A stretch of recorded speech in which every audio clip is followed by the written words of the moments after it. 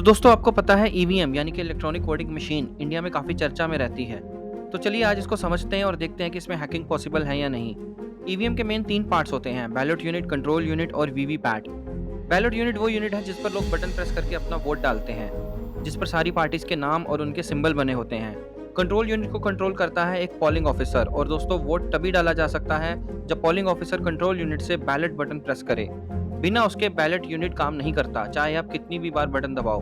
और polling officer के button press करने के बाद भी सिर्फ एक ही बार आप कोई बटन प्रेस करके वोट डाल सकते हो। अगर आपने 2 बार भी बटन प्रेस किया तब भी वोट एक ही काउंट होगा। ऐसी प्रोग्रामिंग की जाती है ईवीएम मशीन की।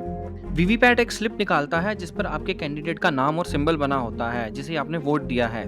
और दोस्तों ईवीएम मशीन में कोई भी इनपुट आउटपुट पोर्ट नहीं होता है, तो उसे किसी भी एक्सटर्नल डिवाइस से कनेक्ट नहीं किया जा सकता। बैलेट यूनिट और कंट्रोल यूनिट भी एक स्पेशली डिजाइन कनेक्टर से कनेक्ट होते हैं। वो कोई स्टैंडर्ड कनेक्टर जैसे कि RJ45 या USB पोर्ट ये सब यूज नहीं करते हैं।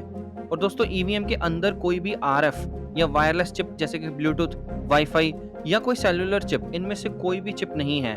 तो ईवीएम को हैक करना इम्पॉसिबल है। हैकिंग इम्पॉसिबल है बट चीटिंग नहीं। चीटिंग का मतलब है जब ईवीएम की प्रोग्रामिंग होती है तभी उसमें कोडिंग में हेराफेरी कर देना।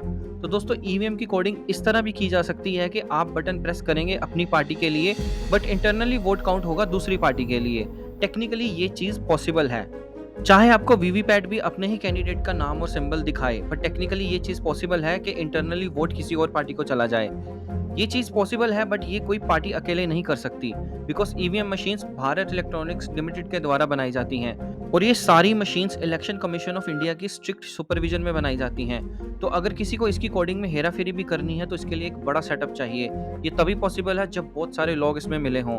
वैसे तो ईवीएम मशीन्स की प्रॉपर टेस्टिंग होती है, बट क्या सारी मशीन्स की टेस्टिंग होती है? क्योंकि इलेक्शंस में तो लाखों मशीन्स यूज होती हैं। और दोस्तों ईवीएम में जो माइक्रो कंट्रोलर्स और मेमोरी यूज की जाती है उसे ओटीपी बोलते हैं, मतलब वन टाइम प्रोग्रामेबल।